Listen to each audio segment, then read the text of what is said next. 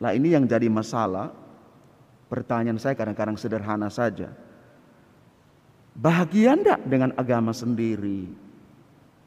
Bangga enggak dengan keyakinan sendiri? Lah kok yang jadi soal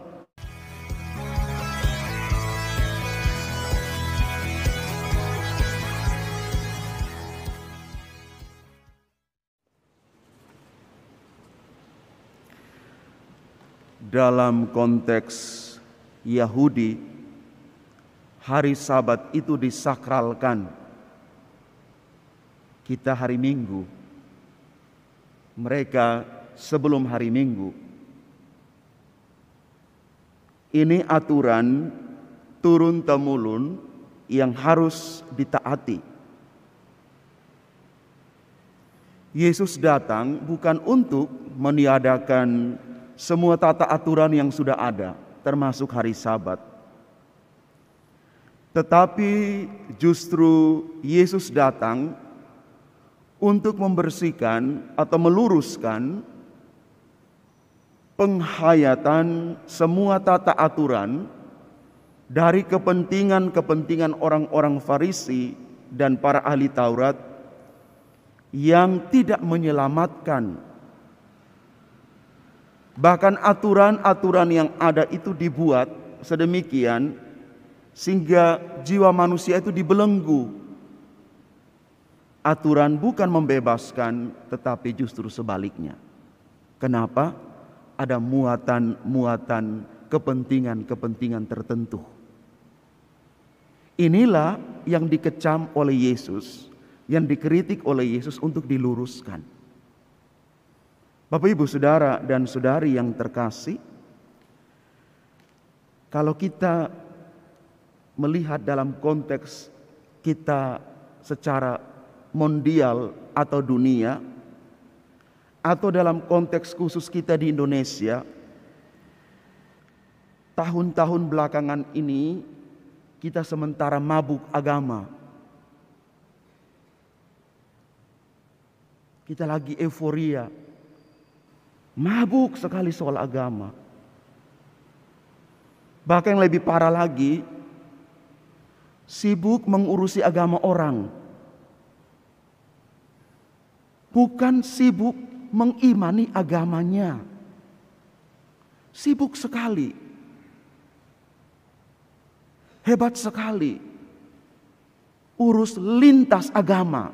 Ada juga ya FKUB, itu bagus ya. Tapi ini ada orang tertentu yang bukan urus agamanya, tetapi ngurus agama orang lain, mengutak-atik masalah orang lain. Lah ini yang jadi masalah. Pertanyaan saya kadang-kadang sederhana saja. Bahagia enggak dengan agama sendiri? Bangga enggak dengan keyakinan sendiri? Lah kok yang jadi soal utak-atik masalah orang? Itu yang saya bisa mengatakan sebagai mabuk agama. Bapak Ibu, kalau orang betah di rumah yang adalah landasan rohani sendiri, biasanya dia tidak akan mencari-cari. Memang ada prinsip peribahasa mengatakan rumput tetangga lebih hijau. Ketika lihat di sana lebih menarik, padahal sebenarnya lebih baik di rumah sendiri. Karena di sana ada banyak kebenaran yang perlu kita timbang. Monggo kita juga mari belajar seperti Yesus, yang mungkin baik bukan hanya mengkritisi orang-orang Farisi dan para ahli Taurat, tetapi juga kita. Pertanyaan sederhana, kita sudah mendalami keimanan dan keagamaan kita belum?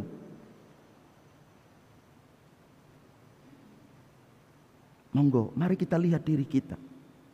Beda antara beriman dan beragama loh, tidak sama.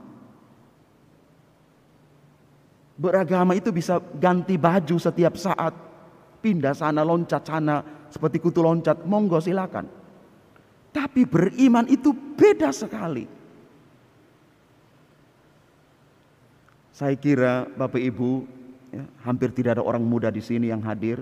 Ada ya, ada 1-2. Terima kasih orang muda sudah datang mewakili OMK. Saya kadang-kadang greget, gemes gitu loh. Kenapa tak gemes? Lah piye salib suci iki kalau suatu 2 tahun ke depan, minta maaf ya, nun sewu ya. Yang angkatan-angkatan ini kembali ke rumah Bapa, ini agak kasar ya, minta maaf agak kasar ngomongnya. Ya. Lalu sang sopo yang akan melanjutkan generasi salib suci selanjutnya. Saya baru sebulan ketar-ketir loh di sini. Ini keprihatinan kita bersama. Wes beragama itu semua 6.000-an umat menurut data statistik. Jumlahnya besar. Tetapi secara kualitas keberimanan kita, monggo Bapak Ibu, wes masing-masing keluarga menjadi PR tanggung jawab kita bersama-sama. 3 romo ini ndak cukup. Ndak cukup. Kemarin saya ucapkan salam dan mendoakan Suster Jenis dari proki kita. Ya. Mantan UMK yang sudah mulai menjalani misi dia sebagai seorang suster SSPS di Singaraja. Saya katakan, suster, profisiat, doakan kami. Dan jangan lupa doakan OMK, orang-orang muda. Kalau bisa, ada yang mengikuti kamu. Lah kalau tidak mengikuti suster secara radikal, paling kurang nongol di gereja. Monggo, yuk. Iki tanggung jawab berat sekali. Jujur, kita orang Katolik kadang-kadang melempem soal ini. Melempem banget soal ini. Mungkin karena kita terlalu lembut, halus, meninabobokan orang tidur. Ini seperti Paus Fransiskus mengatakan, gereja kita seperti gereja singa tua yang sementara tidur, singa ompong yang sementara tidur, tidak punya gregetan sama sekali. Maka mari Bapak Ibu, kita belajar tiap hari. Bukan sombong rohani, bukan, tidak perlu sombong rohani. Tapi mari kita belajar bahwa semua tata aturan yang ada untuk membangkitkan kesalehan hidup kita, makin mencintai keimanan kita. Tuhan memberkati kita sekalian. Amin.